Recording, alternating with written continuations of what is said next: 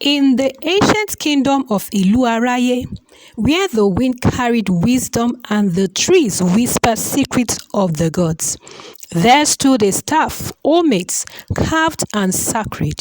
They called it Igileyin Orisha, the staff behind the deity. It did not belong to a king. It did not answer to God. It bowed only to the one whose heart was clean, whose path was pure, and whose soul heard the whispers of the Orisha. Once long ago, in the days when men feared the gods and obeyed their priests, there lived a king named Oba Adegbemi Okonde, ruler of Ilu Araye. He was loved by his people, feared by his enemies, and guided by tradition. But time, like a stubborn river, does not wait. The king was old, and his days were numbered. And though his heart was full, his house was not. He had no son, only a daughter. Her name was Ayotunde, called Ayo for short, bold as a thunder, sharp as a blade of Ogun, and gifted, oh, so gifted. Ayo walked the sacred grove of Orunmila at midnight. She could read the Ifa before she could write her own name. But in a kingdom where thrones were reserved for men, her gifts were locked away like a forbidden scrolls. Yet the gods were not silent. The oracle, Babalawo Ifayemi, cast his cowries and cried out in fear. The staff will not choose the son of any man, he said. It will rest in the hand of she who has walked with spirits and returned unburned. The chiefs laughed, the council mocked, but the wind shifted that night, and the sacred forest stirred. Ayo, driven by the call in her chest, ventured to the hill of Asha, where only the chosen dared go. She lit a fire with no flame and sang the praise of Ogun with a voice made of iron and tears. And there the staff appeared. It rose from the earth like a tree grounded in fast forward, glowing, human, waiting. Ayo stretched out her hand and the staff bowed. But in the palace, betrayal brewed like bitter herbs.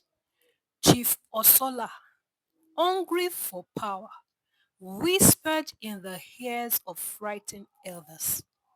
The gods are mistaken. A woman cannot lead us. She has bewitched the staff. He gathered warriors. He marched on the grove. He sought to break tradition with blood. There, beneath the moonlight, on sacred soil, still clashed with destiny, Ayo did not beg. She did not plead. She stood with the staff in her hand, not as a queen, but as a servant of the land. With one strike of the staff upon the ground turned around. The skies opened, the warriors froze, and from the heavens came a voice. Power is not in gender, it is in purpose. Leadership is not taken, it is bestowed. When the sun rose, the people of Ilu Araye did not see a woman. They saw flame who did not burn, a river that did not drown, the Igi Leyin Orisha, the staff behind the deity. And so the kingdom remembered that the one who truly leads must first serve. The one who speaks for the gods must first listen. The staff had spoken, the skies had answered, and the land had knelt. Ayo, the daughter of Adegbemi, bearer of the sacred staff, now ruled not from a throne of gold, but from the altar of truth.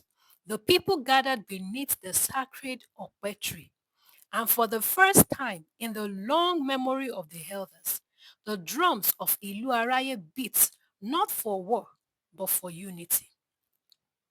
With the dawn of Ayo's rule, a new wind began to blow. She repaired the broken shrines. She reopened the paths to the sacred river. She called back the scattered priests and priestess, giving each voice and honor. The oracle Ifayemi declared, "The gods rejoice. The land is aligned. She who listens shall speak, and what she speaks shall prosper." In her third moon as leader, Ayo restored the farmlands ruined by years of neglect. She sent warriors not to conquer but to protect. In Ido Asa, where the rivers once dried, waters flowed again after sacred rites were performed under her hands. In Oreku, where famine had gripped the people, yam the size of calabashes returned to the soil. Artisans flourished. The blacksmiths of Okeimule forged tools blessed in the name of Ogun. The dancers of Asale performed in colors once thought lost. Ile Araye sang again. But peace is not without test. In the north, a rival kingdom, Ajeda, drunk on their own pride, marched to claim the borderlands. Their king mocked, "You placed a woman before your warriors. Your defeat will be swift." But Ayo did not answer with rage. She went to the shrine of Ogun, staff in her hand, and prayed not for blood, but for wisdom. On the day of battle, our warriors carried not flags, but sacred markings drawn in chalk. And when they met the enemy at Odetele, a strange thing happened. The clouds covered the sun. A hawk flew over the battlefield, crying once, and the enemy fled without a single sword drawn. That year, the people named her Ayo, Elegederun, Ayo of the soft thunder, because she ruled with gentleness, but her power echoed like distant storms. Seasons passed, peace reigned, and the staff remained ever behind her, not as a symbol of fear, but as a reminder that true power does not sit above the people, it works beside them.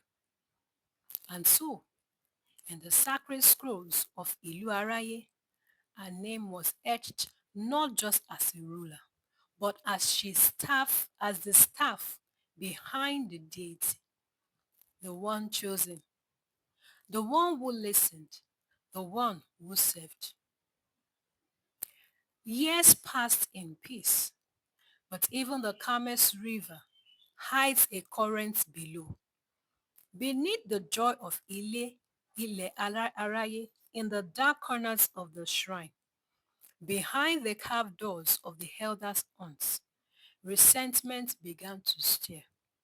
And from that bitterness, a name rose like smoke from a dying fire. Aderibe, the forgotten flame, son of the late king's brother, a trained warrior, a master of oracle lore and tradition rites, and above all, a man who believed the staff should have been his. Aderibe had watched as Queen Ayo won the crown.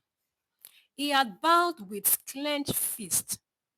He had smiled with teeth full of envy. And now He wanted the staff, not by the God's will, but by force. In the village of Okofon, far from the palace, he gathered elders who felt bypassed, warriors who missed bloodshed, and young priests who tested for favor. They called themselves Egbe Atokanwa, the purists. They believed tradition had been twisted. They claimed the gods were silent, and they vowed to correct the throne. Ayo may hold the staff, but I hold the truth. This land belongs to sons of blood, not daughters of might. The queen's dreams grew restless. She saw the rivers drying again. She heard chants in the wind that were not hers. And a vision, the staff in two. Your enemies wear the marks, but beneath it lies ambition. If you answer them with fear, they will feast on your silence. Aderigbe sought to claim the gods for himself. He gathered four babalawo. He offered black goats, kola, and bitter words. But the sky did not speak. The shells did not move. The flame did not rise. Still, he declared, if the gods are deaf, the sword shall speak. Soon, rumors swept the land that Ayo reigned as no blessing, that the crops were falling, that a womanhood caused the staff. And in the market square, the people began to ask, who truly holds the voice of the gods? As the walls of loyalty cracked, Ayo stood still. She did not scream. She did not strike. She placed her palm upon the sacred wood of the staff and waited. What happens when the chosen is challenged by the forgotten? When tradition becomes a blade in the hands of the bitter, the staff behind the deity must decide again. Ile Araye no longer slept with both eyes closed. The wind that once carried praise now whispered rebellion. Folashade disappeared without a word. That same day, blood was found on the outer steps of the palace. The purists spread a story that a lioness was seen drinking from the sacred well, that the ground cranked beneath her paws, that this was a sign the land rejected the queen. And the people, afraid of curses, began to murmur. Maybe the staff must return to a lion, not a lioness. Queen Ayo stood in her chamber, eyes closed, the sacred staff before her. She did not cry. She did not speak. But inside her, a storm gathered. The weight of betrayal, the sharpness of fear, the ache of being chosen and yet alone. And so, the Queen of Peace now prepared for war, not of swords, but of loyalty. That night, as the moon bled into the forest, a hooded figure slipped through the palace gates. In his hand, a sealed guard. In his eyes, sorrow and urgency. He bowed before her and whispered, my queen, there is betrayal in your inner court tonight. The staff remains in her hand, but can it stand? When the pillars around her crumble,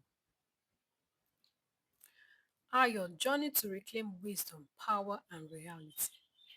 In the days that followed the bloodstained whispers and the vanishing of royal faces, Queen Ayo knew one truth. She could not lead the people. if their hearts no longer followed, nor could she crush betrayal without first confronting her own wounds.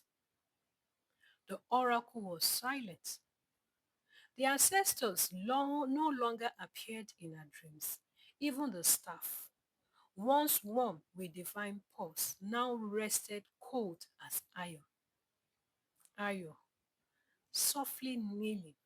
Orunmila, Ogun, Eshu, if I have strayed, guide me. If I have led wrongly, show me the road.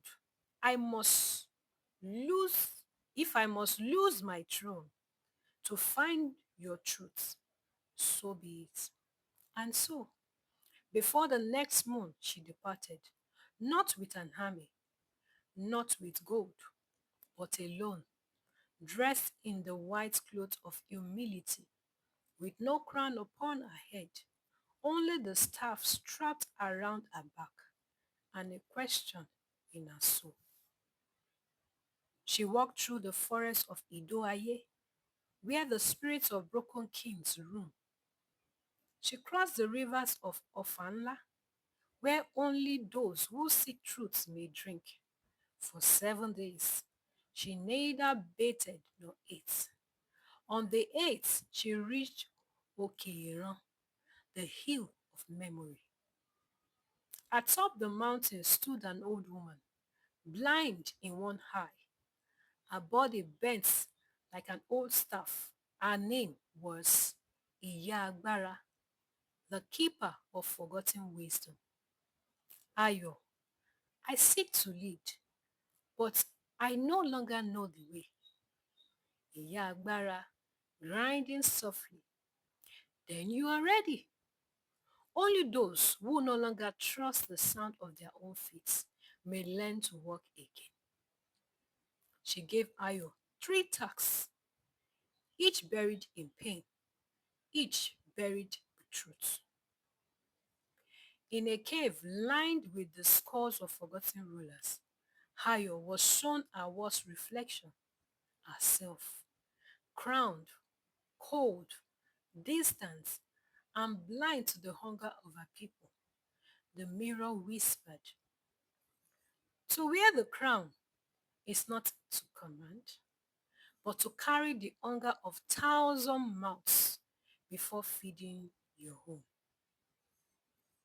She was commanded to place the name of every betrayer in a gourd and burn it in Ogun's flame.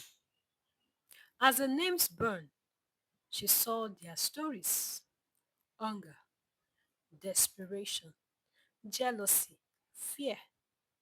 She wept, not from pain, but understanding. She was led to a river that refused to part.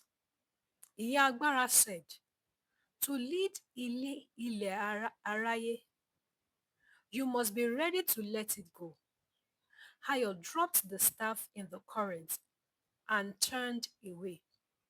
But the river stilled. The staff floated back to her feet, and a voice, Ogun himself, spoke. Because you let go, you may hold again. With her hands blistered, her eyes opened, Ayo descended the hill, not as a ruler by blood, but as one reborn through fire. Behind her, the wind carried a new chant. Ayo, Ọmọ Ẹ̀mí, Ayo, child of the spirit. But while the queen had walked the path of spirits, the purists had declared her throne empty. Aderigbe now stood in the council court, staff in hand, not the true staff, but a forged one, wrapped in deceit. And so, 2 staffs, 2 claimants, one chosen, one desperate.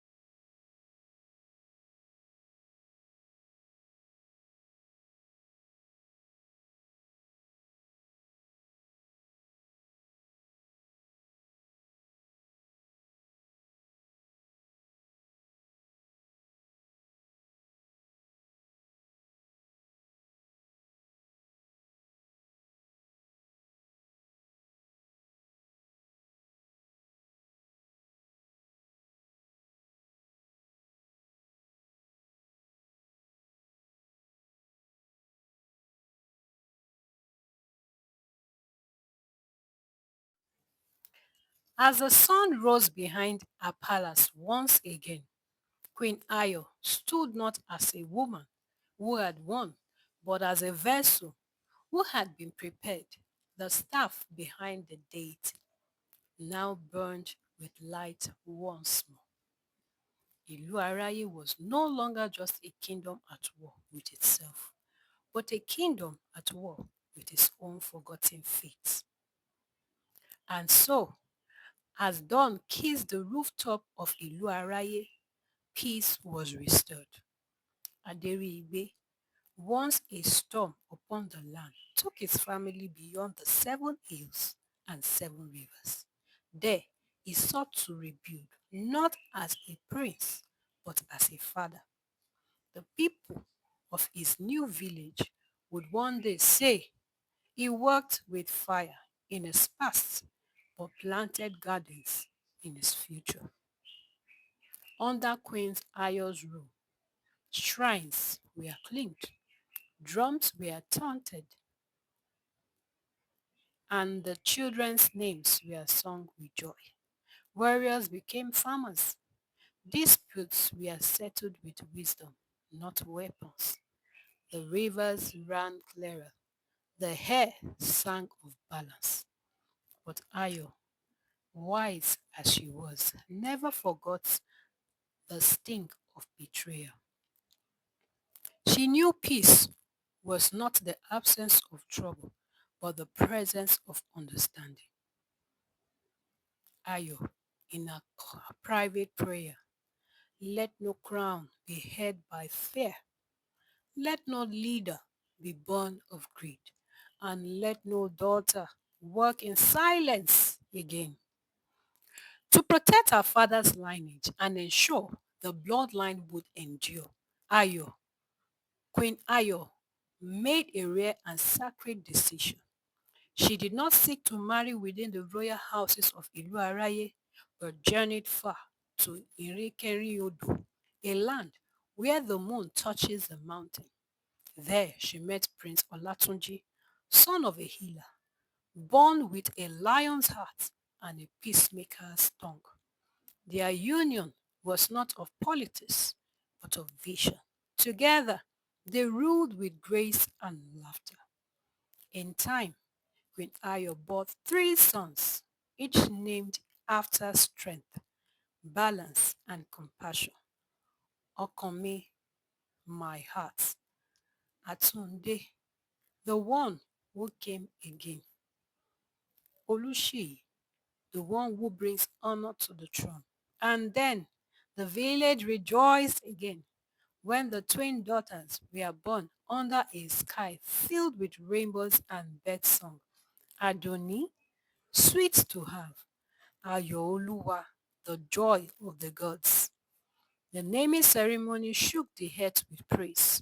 The masquerades danced like the wind, elders wept, and the staff, now placed on the sacred pedestal in the palace, glowed softly, no longer a burden of power, but a beacon of purpose.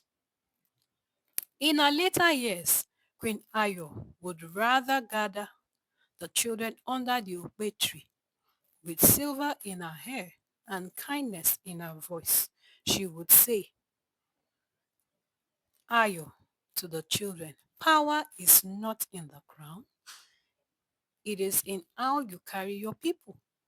Let no one tell you that your words must row. Sometimes it only needs to listen. Ìlú Aráyé grew to be a kingdom sung across many lands, not because of its gold, not because of its warrior, but because once a queen listened to the gods, led her spirit, led with spirit, forgave her enemies, and raised a generation that chose peace over pride.